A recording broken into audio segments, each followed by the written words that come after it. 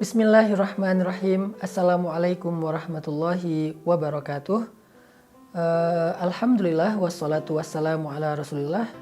Rabbi syrah li sadri wa yassir li amri wahlul 'uqdatan min lisani yafqahu qawli. Selamat datang teman-teman di dalam Ramadan Series dengan tema Beningkan dari Hati, khusus yang sesi YouTube-nya nih. Dalam sesi kedua Beningkan dari Hati kita kali ini, saya akan meneruskan tentang pembahasan khusyuk di dalam sholat. Apa itu khusyuk? Setelah kita tahu kemarin bahwa khusyuk itu penting banget. Kita kalau misalnya pengen sholatnya jadi rohatun nafs, menjadi rehat bagi jiwa, maka syaratnya khusyuk.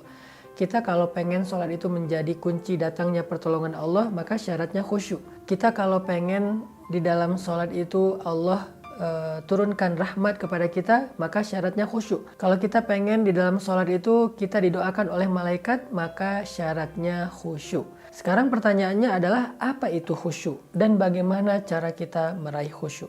Khusyuk itu kata para ulama adalah menghadirkan hati untuk mengingat Allah di dalam sholat.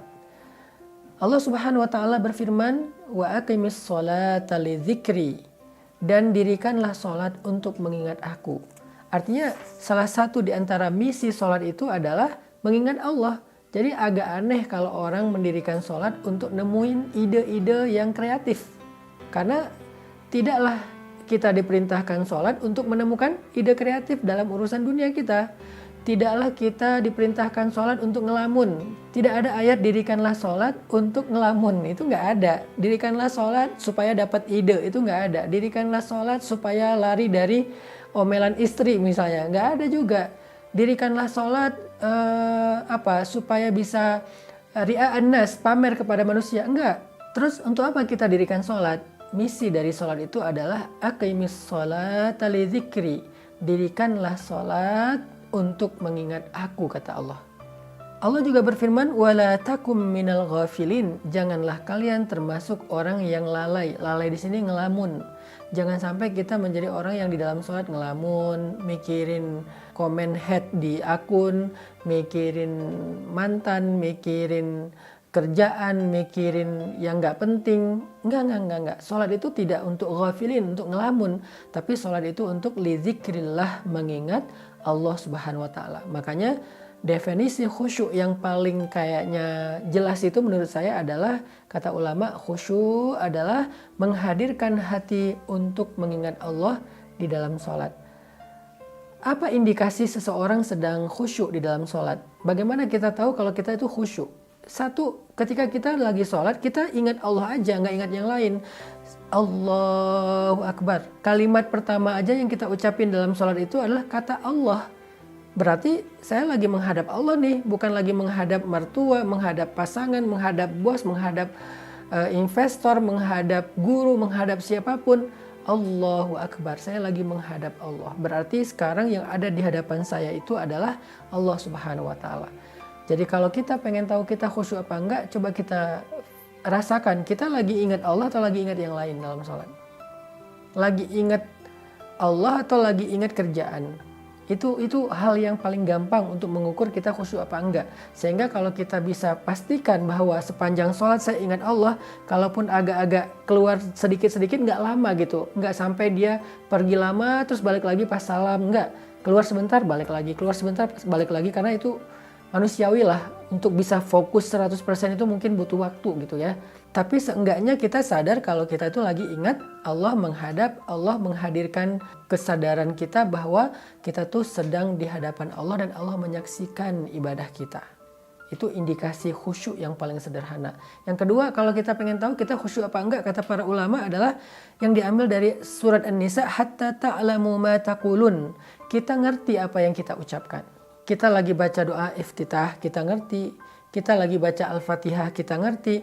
Karena ada orang yang ketika dia sholat, udah sampai di ayat Al-Ikhlas, dia lupa, tadi saya baca Al-Fatihah nggak ya? Berarti dia nggak khusyuk. Karena dia nggak sadar apa yang sedang dia ucapkan. Sehingga orang yang khusyuk itu, ya'lamu ma yaqul. Dia ngerti apa yang dia ucapkan. Allahu Akbar kabira dan seterusnya, Alhamdulillah dan seterusnya, Qul huwallahu ahad dan seterusnya. Apalagi kalau dia baca ayat-ayat yang panjang, dia sadar apa yang dia sedang ucapkan, dia ngerti. Kalau bisa dia faham terjemahan dari teks, zikir, lafaz, ayat yang dia baca di dalam sholat. Dan yang ketiga, indikasi seseorang khusyuk itu adalah ketika dia sholat, dia bisa merasakan penghambaan diri dia kepada Allah. Dia merasa dia rendah, dia merasa hina, dia merasa fakir, dia merasa butuh kepada Allah. Antumul fuqara'u ilallah, kalian itu fakir, kalian itu sangat butuh Allah. Wa nahnu du'afa, kita ini lemah di hadapan Allah. Apalagi kita ini hina di hadapan Allah, kita ini banyak aib di hadapan Allah. Saya lagi menghadap Allah, Tuhan saya, dan saya adalah hamba. Hamba itu tunduk merendahkan dirinya di hadapan Tuhannya, dan itulah ciri orang yang khusyuk. Tapi kalau kita sholat seperti bukan sedang menghadap Tuhan, sedang tidak menghadap Tuan, sedang tidak menghadap Raja, sholatnya kayak lagi ketemu malah dengan bawahan kita, dengan budak, dengan pekerja, dengan anak, dengan orang yang kita nggak segani, berarti kita nggak khusyuk. Sholatnya geraknya nggak sesuai dengan gerak sholat, asal-asalan, terlalu banyak gerakan-gerakan yang nggak diperlukan, maka kita berarti tidak khusyuk. Makanya khusyuk itu menghadirkan hati dalam kondisi kita menghamba, menghargai, menghormati, berhati-hati di hadapan Allah Subhanahu wa taala. Gimana ketika kita ketemu dengan orang yang sangat kita hormati, ketemu presiden misalnya. Gimana tuh? Pasti kita akan memperhatikan cara duduk kita. Saya pernah ketemu orang penting banget ya, saya nggak usah disebutkan siapa, orang penting banget. Pas ketemu beliau tuh saya duduk di depan meja, satu meja dengan beliau, saya sampai salah tingkah nih. Yang sopan itu gimana? Apakah saya letakkan tangan saya begini di atas paha saya, atau meletakkan tangan di atas meja? Kalau saya letakkan tangan di atas meja, gimana bentuknya gitu. Terus kalau beliau ngomong, apakah saya melihat wajahnya, atau saya ngangguk-ngangguk, atau seperti apa? Itu hati-hati banget karena saya menghargai beliau. Nah, gitu nggak kita di dalam sholat? Menghargai Allah nggak kita dengan gerak-gerak tubuh kita, sehingga orang yang sholatnya memperhatikan gerak tubuhnya, takbirnya dia perhatikan karena dia sedang menghadap zat pencipta alam semesta, berarti dia orang yang sedang dalam kondisi yang khusyuk. Tapi kalau kita nggak asal-asalan gitu dalam gerakannya tuh, nggak hati-hati, kayaknya itu bukan ciri-ciri orang yang khusyuk. Setelah kita tahu definisi dari khusyuk, gimana cara biar kita bisa khusyuk? Cara yang pertama supaya kita bisa khusyuk dalam sholat itu adalah kita belajar merasa butuh kepada Allah Subhanahu wa taala, teman-teman.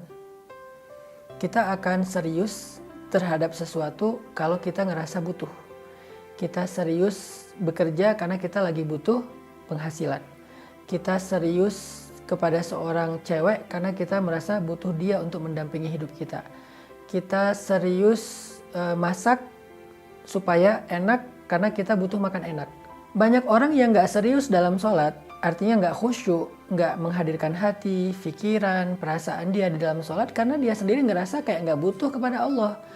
Dia malah ngerasanya Allah yang butuh dia, Allah yang manggil dia, Allah yang begging supaya dia datang ke masjid, Allah yang menginginkan dia tidak menginginkan Allah. Itulah awal dari masalah kenapa kita susah untuk khusyuk.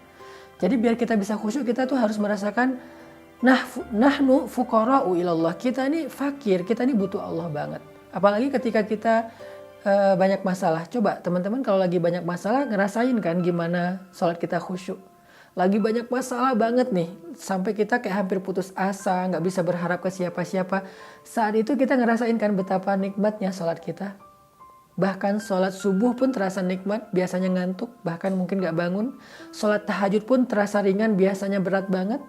Sholat sunnah itu jadi ketagihan, biasanya dihindari. Kenapa? Saat kita lagi ada masalah, sholat itu terasa rohah, rehat banget. Karena kita ketika lagi ada masalah tuh merasakan butuh kepada Allah. Tapi kalau misalnya gak lagi ada masalah besar, kita kayak gak ngerasa butuh sama Allah, makanya sholatnya susah khusyuk. Sekarang coba belajar merasa butuh pada Allah. Gimana cara belajar merasa butuh pada Allah? Ingat, hidup kita ini seutuhnya di tangan Allah. Allah bisa memberi kita kebaikan dalam hidup dengan mudah. Allah juga bisa mengambil kebaikan itu dari hidup kita dengan sangat mudah. Allah menghidupkan, mematikan. Allah yang memberikan kemuliaan dan menghinakan. Allah yang memberikan kekuasaan dan mencabut kekuasaan dari siapa yang Dia kehendaki. Seutuhnya hidup kita itu biyadihil mulk, di tangan Allah Subhanahu wa taala. Sehingga nggak ada satu detik pun yang kita nggak butuh Allah. Kalau kita nggak butuh Allah untuk memberikan kita pertolongan dalam masalah, setidaknya kita butuh Allah agar Allah menjaga nikmat dalam kehidupan kita supaya tidak dicabut. Kita selalu butuh Allah. Itu hadirkan terus. Dan rasa butuhnya kita ke Allah itu kita coba rasakan lebih daripada butuhnya kita kepada apapun. Kepada makhluk, kepada harta, kepada pekerjaan, apapun. Kita lebih butuh Allah daripada apapun. Karena semua yang ada dalam hidup kita itu tidak akan terjadi kecuali dengan izin dan kehendak Allah Subhanahu wa taala. Hadirkan rasa butuh kita kepada Allah, barulah kita mudah untuk khusyuk. Yang kedua, gimana tips supaya bisa khusyuk? Coba pelajari makna dari setiap lafaz sholat yang kita baca. Baik itu doa, zikir, ayat. Coba pelajari apa terjemahannya. Karena kalau kita nggak tahu artinya susah buat khusyuk. Kita nggak paham apa yang sedang kita baca. Kita baca misalnya kalimat Sami'allahu liman hamidah. Allah mendengar siapa yang memujinya. Kata imam. Lalu kita mengucapkan Rabbana lakal hamdu wa lakas syukru misalnya. Atau Rabbana lakal hamdu hamdan katsiran thayyiban mubarakan fi. Kita ngerti nggak maksud dari kalimat itu? Coba pelajari terjemahannya. Kita baca misalnya inna sholati wa nusuki wa mahyaya wa mamati lillah. Tahu nggak arti dari kalimat inna sholati wa nusuki dan seterusnya? Kita membaca subhana rabbiyal a'la. Tahu nggak arti dari subhana rabbiyal a'la? Dan banyak lagi lafaz sholat yang harusnya kita ngerti terjemahannya. Baru kita bisa khusyuk. Yang terakhir teman-teman, cara biar khusyuk itu adalah hindari hal-hal yang membuat pikiran kita ke distract. Nabi itu serius banget dalam sholatnya. Sampai Nabi pernah lagi sholat, Nabi memperhatikan satu helai kain di depan beliau yang punya corak gitu ya. Sehingga setelah beliau sholat, kain itu ditutup sama Nabi karena mengganggu sholat Nabi. Bahkan Nabi pernah juga di atas mimbar lagi khutbah, tiba-tiba mencabut cincinnya dan meletakkannya. Lalu Nabi mengatakan, cincin ini telah membuat saya tidak tenang. Sekali melihat cincin, sekali melihat kalian, kata Nabi. Artinya saking menghargai sahabat, Nabi pun mencopot cincin di tangannya supaya bisa menghargai sahabat yang sedang Nabi nasihati. Apalagi dalam sholat, Nabi itu nggak mau ke distract dengan apapun. Makanya sholat yang paling baik itu tengah malam, karena inna nasyi'atal lail hiya asyaddu wat'an wa aqwamu qila. Sholat di tengah malam itu lebih tenang, lebih bisa fokus, hindari hal-hal yang membuat ke distract pikiran dan perasaan kita. Sebelum sholat, bereskan dulu urusan kita supaya sholat kita nggak terganggu dengan urusan itu. Makanya ada hadis qaddimul asya alal isya, dahulukan makan malam dari sholat isya. Artinya kalau kita lagi lapar banget habis pulang dari perjalanan jauh, maka makan dulu sebelum sholat. Kenapa? Biar kita sholatnya nggak ke distract dengan rasa lapar. Itu diantara sekian banyak tips ya untuk bisa dapetin sholat khusyuk. Yang intinya kata Nabi, ada orang sholat dia hanya mendapatkan 1/6 dari sholatnya. Ada yang sholat hanya mendapatkan 1/3 dari sholatnya. Ada yang sholat mendapatkan 1/2 dari sholatnya. Artinya sholat seseorang itu tergantung kualitas khusyuknya. Dan hanya dengan khusyuk kita akan merasakan rohatun nafsi fis sholah, rehatnya jiwa di dalam sholat. Yuk belajar sholat khusyuk, sholat yang berkualitas dengan latihan sholat tarawih di bulan Ramadan. Pilih masjid yang sholatnya santai, benar-benar tarawih. Sehingga setelah Ramadan kita bisa break dari segala urusan dan kepenatan dunia dengan cara Allahu Akbar di atas sajadah. Semoga kajian ini bermanfaat. Barakallahu fikum. Wassalamualaikum warahmatullahi wabarakatuh.